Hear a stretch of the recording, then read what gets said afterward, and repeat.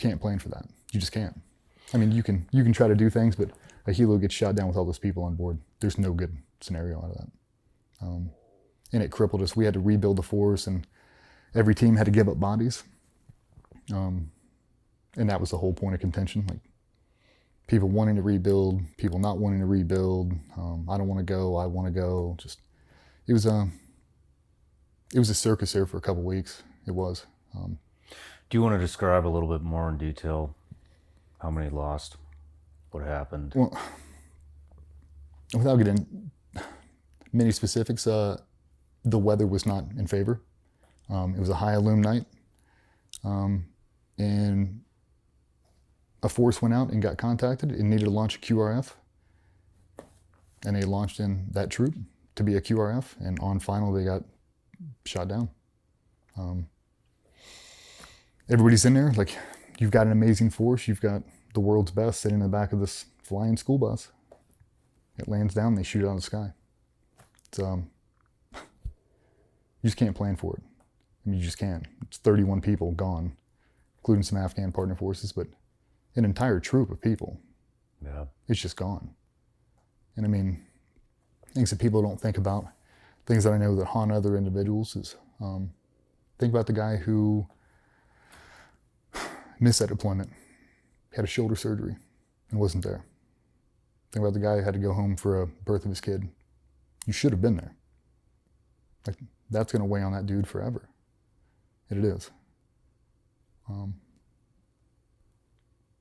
don't know, I just remember walking into the building, it being so fucking somber, just, you didn't know where to smile, like, you wanted to have fun at work, but you couldn't. Like, how dare you smile right now? It was one of those things, like, and it wasn't a forced thing, it's what it was. I mean, we were in the trenches for a long fucking time, man. We just were, and it felt like it was so hard to get back out of it.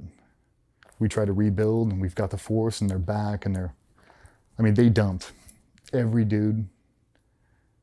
They pulled guys from all the other teams and tried to rebuild that one troop, and they grabbed some fucking all-stars, man.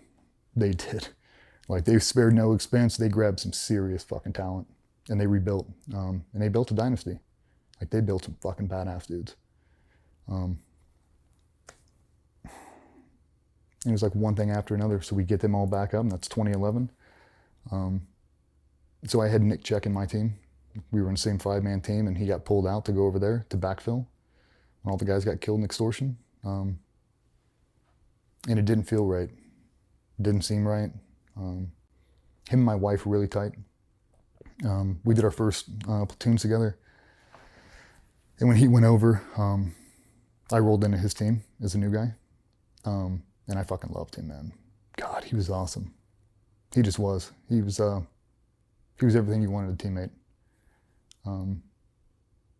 He came over and retiled my entire kitchen, him and my wife, when I was on deployment, before his first deployment with the command.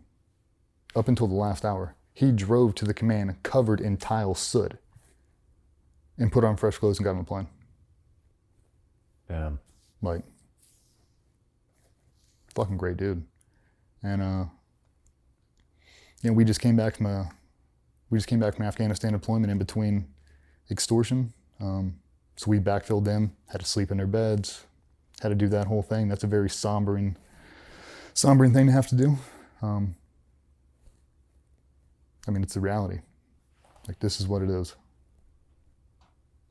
Sleep in a dead guy's bed. So, just another reality check, trying to get in there and hit a really good target set, and everything's great, and we're going to work, it's all steady in the back of your mind. It's like, any moment here, any moment this thing's gonna get us. And it almost did a couple times. The exact same thing. I mean, we took RPGs off the refueler, getting shot on infill, exfil, I mean, just close ones. Yeah. Testament to the pilot's capabilities, just how good they were. But right after that, that was a really good deployment. Like, that was probably my favorite deployment, because the people we were with, like that team, God, man, I did not deserve to be in that team. I fucking loved that. If you could have locked me in a time capsule, I'd still be in there. I would have never came home. I loved it so much. I had separated myself from everything outside of that. And it was the only thing that made me feel normal, was being there. I loved it. I loved the banter. I loved the shit talking. I loved the pranks. I loved the professionalism. I loved the absolute obsession to the detail. I loved it. And to watch those guys work, it's hard to So describe. were you intermixed with the team that took the loss? Nope. Or was this, okay, This is after. Alright. We just rolled base in the same, kind of like you guys on June 28th. all right, You guys rolled in, same thing. okay. At the same so base. you relieved them. Yep. All right. It was weird, man. Just the whole thing was dicey. We came back, kind of like my mentor at that point, like my true north was my team leader then. He, his wife is best friends with Patsy.